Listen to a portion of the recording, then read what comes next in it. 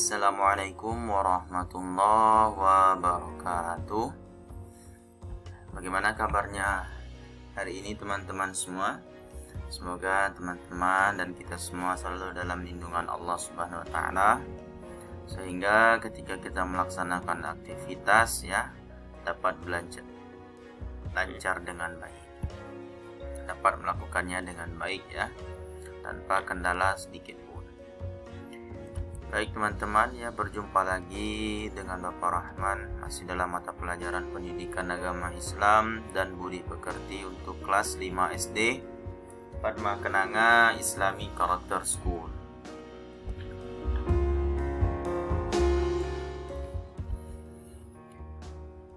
Seperti biasa teman-teman, sebelum kita mulai pembelajaran ada beberapa hal yang perlu dipersiapkan. Yang pertama, silakan teman-teman cari tempat duduk yang nyaman sehingga ketika teman-teman yang mendengarkan, menyimak video pembelajaran dari Bapak bisa dengan cepat menangkap pembelajaran tersebut. Kemudian siapkan buku cetak dan buku tulis pendidikan agama Islam karena di video ini Bapak akan memberikan tugas atau vitamin untuk teman-teman semua. Kemudian berdoa untuk berdoa jangan sampai lupa teman-teman Silakan teman-teman berdoa berdoa seperti biasa yang teman-teman pakai Ketika kita memulai suatu hal yang baik kita dianjurkan untuk berdoa, minimal mengucapkan lafal Bismillahirrahmanirrahim. Kemudian yang terakhir, silakan teman-teman menonton video pembelajaran dari Bapak sampai dengan tuntas.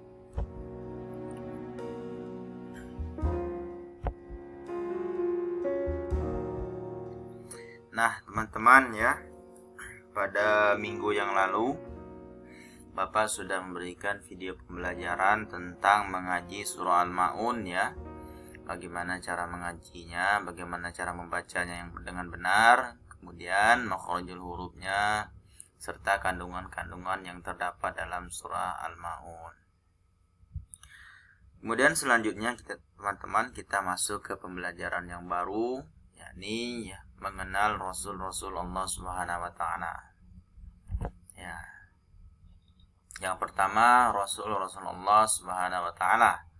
Nah, bagian pertama kita wajib untuk mengimani mengimani adanya Rasul Allah Subhanahu wa taala. Tentu teman-teman sudah tahu iman kepada Rasul itu termasuk dalam rukun iman yang keempat Di sini teman-teman kita harus percaya mengimani adanya Rasulullah. Rasul sendiri teman-teman artinya utusan utusan dari Allah Subhanahu wa taala Rasul ini teman-teman dia adalah laki-laki yang dipilih Allah Subhanahu wa taala untuk menyampaikan wahyu yang berisi ajaran agama. Wahyu tersebut diajarkan kepada umat manusia yang menjadi kaumnya. Tentu teman-teman sudah tahu kira-kira Rasulullah ini ada berapa. Kemudian ini dia nama-nama Rasul Allah. Ini Rasul teman-teman 25 Rasul yang wajib kita imani. Tentu teman-teman sudah hafal jangan sampai teman-teman tidak hafal. Suatu saat Bapak akan tes teman-teman kelas 5 semuanya hafalan mengenai nama-nama Rasul Allah Subhanahu wa taala. Yang pertama Adam, kemudian Idris, Nuh, Saleh, Ibrahim, Lut, Ismail, Ishak, Yakub, Yusuf, Ayyub, Dzulkifli, Syuaib, Yunus, Musa, Harun, Ilyasa, Daud, Sulaiman, Zakaria, Yahya, Isa, Muhammad sallallahu alaihi wasallam. Itu tadi teman-teman 25 nabi, 25 rasul Rasul juga teman-temannya termasuk nabi Namun di akhir nanti Bapak akan menjelaskan perbedaan antara rasul dan nabi. Perbedaan ya untuk sebutannya, mengapa dikatakan nabi dan mengapa dikatakan rasul. Baik, selanjutnya ya kita akan masuk ke nomor 3, sifat para rasul. Nah, di sini teman-teman ya, sifat artinya ya di sini adalah ciri khas dari para rasul ya, yang melekat ya pada tanda kerasulannya. Apa saja yang menjadi sifat para rasul ya? Yang pertama, sidik ya. Sidik tentu teman-teman tahu artinya apa. Nah, benar sekali. Artinya ya benar. Artinya semua para rasul selalu mengatakan kebenaran ya. Baik itu ucapan ataupun perbuatan selalu benar karena dibimbing langsung oleh Allah Subhanahu wa taala.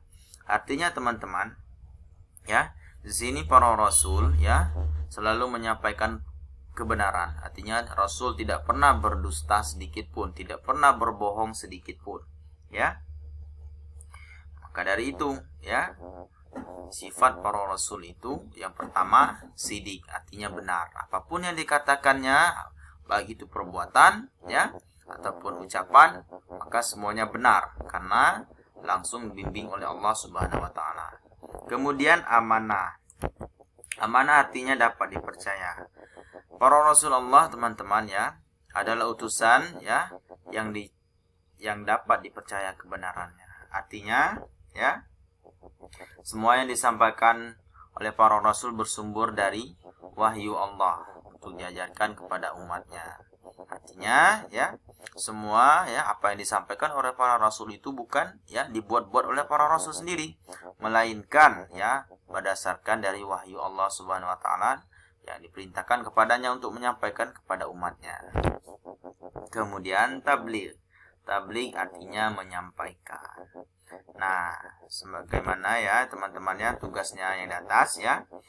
Ya, para rasul tersebut menyampaikannya ya apa yang diperintahkan oleh Allah Subhanahu wa taala untuk disampaikan. Ya. Di sini para rasul ya diperintahkan untuk membimbing umat ya, yang menjadi kewajibannya untuk diberikan pengajaran ya berupa tentang amal kebaikan. Kemudian yang keempat,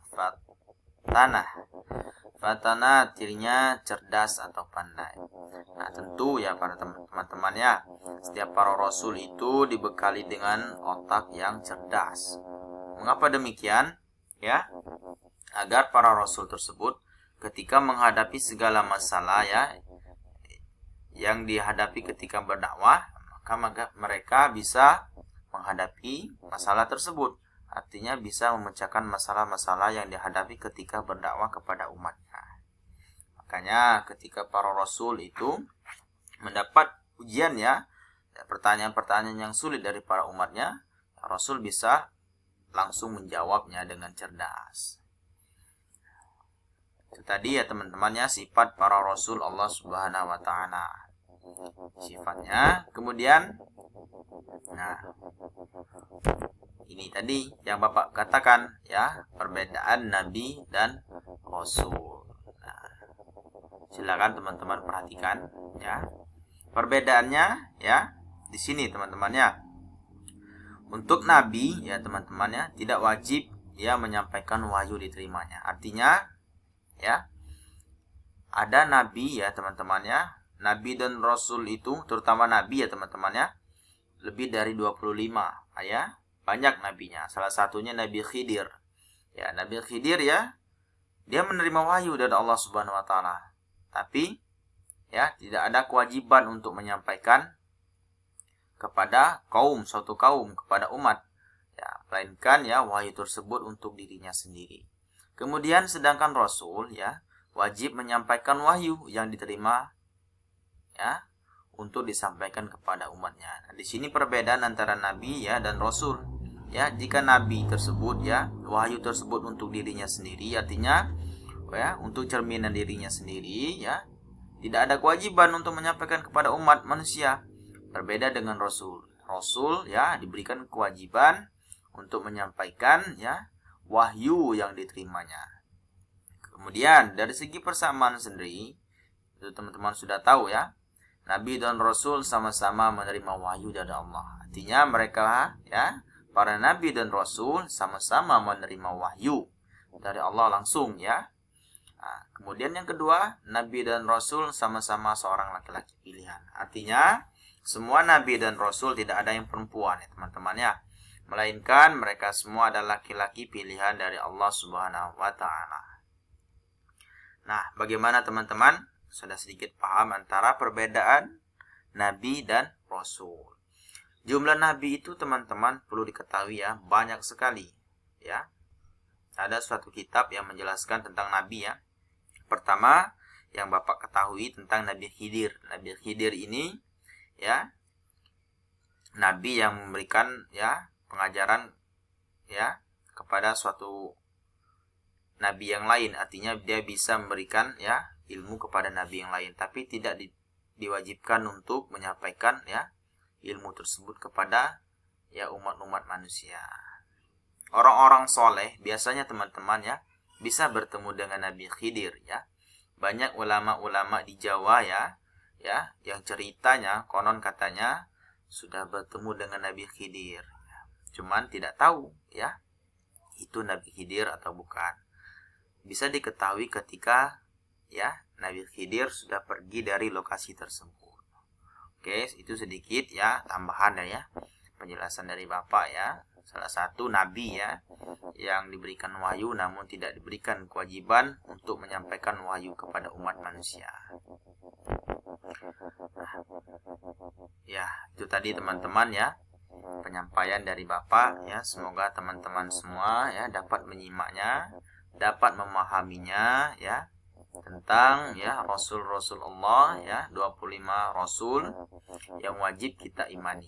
Artinya kita tidak boleh mengingkari 25 Rasul tersebut. Untuk selanjutnya ya tugas ya, seperti Bapak bilang tadi di akhir video Bapak akan memberikan tugas atau vitamin. Jika minggu lalu Bapak tidak memberikan tugas ya pada pembelajaran mengaji surah Al-Maun, ya, untuk sekarang ya silakan teman-teman mengerjakan latihan ya halaman 96 dan 97 bagian A dan bagian B ya, ditulis di buku tulis dan dikumpulkan di sekolah. Ingat, ditulis di buku tulis dan dikumpulkan di sekolah. Ini tugas di bagian ya mengaji surah Al-Maun ya teman-temannya, bagian mengaji surah Al-Maun. Artinya teman-teman silakan buka ya latihan ya bagian mengaji surah Al-Maun. Baik ya. Terima kasih teman-teman sudah menonton video pembelajaran dari Bapak sampai dengan tuntas ya. Bapak akhiri, wassalamualaikum warahmatullahi wabarakatuh.